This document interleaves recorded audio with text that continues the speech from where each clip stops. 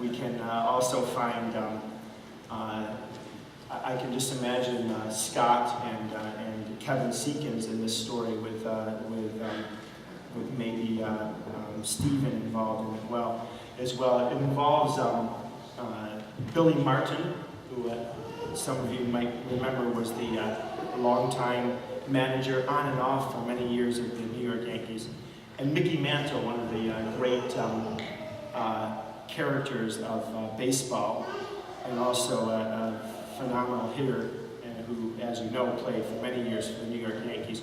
Well, they were avid hunters, and they were down in Texas, and they came upon this plot of land where they thought this farm where they thought they could really get some good game. And so they went to the owner of the farmer and asked them, "Now, can we hunt on your land?" And the farmer said, "Yes, you can, but only if you do something for me." And they said, "Okay." Mickey Mantle was pulled aside, and he said, "I want to talk to you alone about this." And he said, "What I would like you to do, Mr. Mantle, is that I have an old mule that is gone lame, and it's blind, and it's in its last leg, and we really need it to be put down. And so in exchange for hunting on their land, I would like you to put my mule down." So Mickey Mantle, being a bit of a jokester, decided that he was going to play a joke on Billy Martin. And so he came out and he acted all angry and just beside himself. And Billy Martin said, "What's going on?" He said, that farmer, he changed his mind. He's not going to let us hunt on his land, so I'm going to retaliate. I'm going to go shoot his mule." Billy Martin said, "No, don't do it. No, don't go shoot his mule. That's terrible." He said, "No, I'm going to do it." So he went into the barn and acted really angry and pulled out his gun and shot the mule. He came back with a smile on his face, only to find Billy Martin had his gun and there was smoke was coming out, and he said, I thought I would help you to teach that son of a gun a lesson, so I shot 2 of his cows." You know, sometimes we let anger get the best of us. And sometimes even when we're acting angry, we sometimes can let it get the best of us, right? But there comes a time when anger actually can be helpful. And we're taught in the scriptures that there are times that even Jesus was, in fact, angry. And there's a saying by Will Rogers, the cowboy, who probably never would have shot a mule, let alone cows. And he once said these words. He said, "Don't let the end justify the meanness." And I always like that. Don't let the end justify the meanness. The Bible itself teaches us that we can be angry, but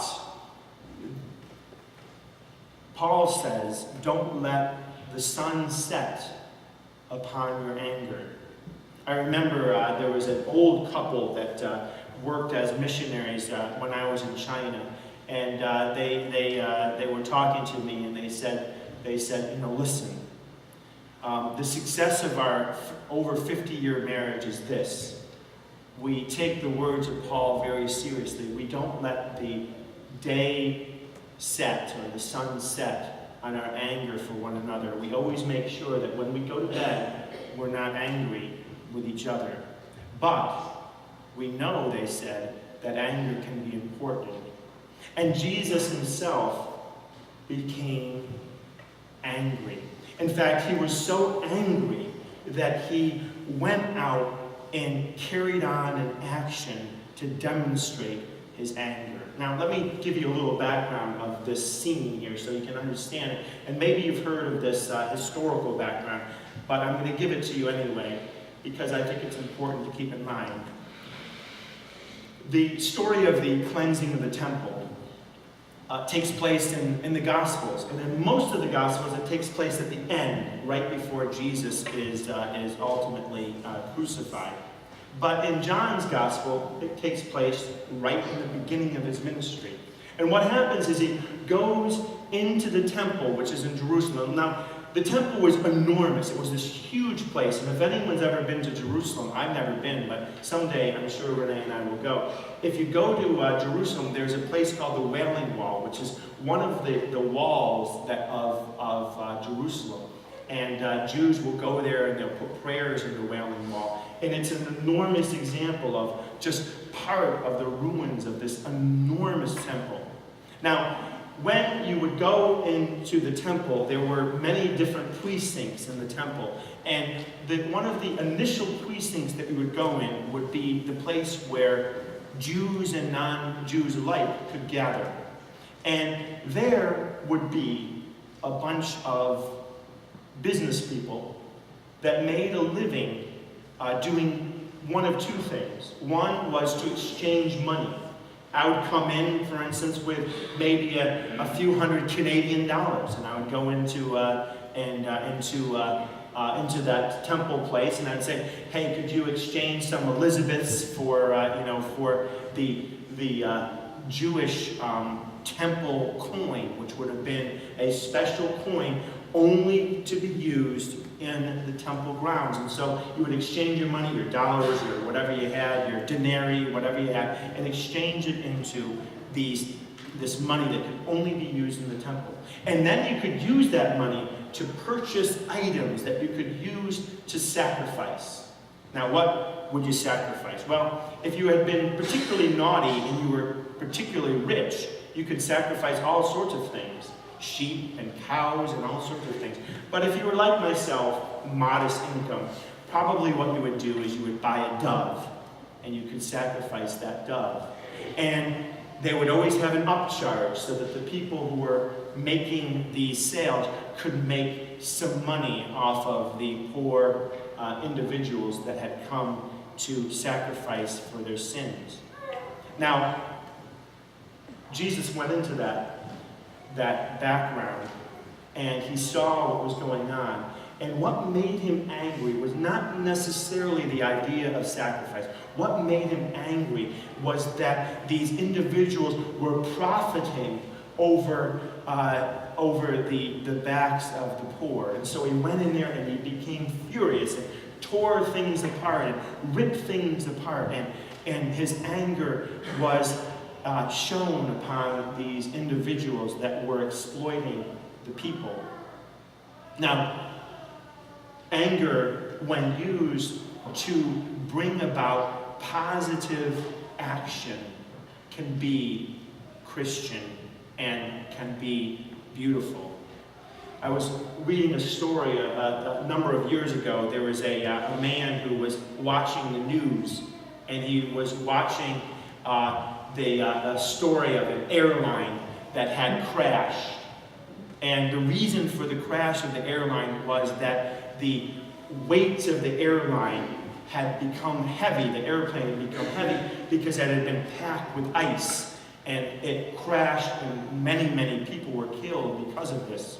And so he got to thinking, out of his anger, his furious anger of how could this happen to so many innocent people, he thought to himself, what can I do to make it so that other people won't be killed? And so he came up with an interesting way of de-icing planes. It was using magnetic charges and negative and positive. If you're a scientist, you can help me with this. But anyway, it was put upon the airplane, and what it would do is the charges, by interacting with each other, would break apart the ice. And so even several inches of ice could be broken apart. And he said it was very inexpensive to do and very lightweight.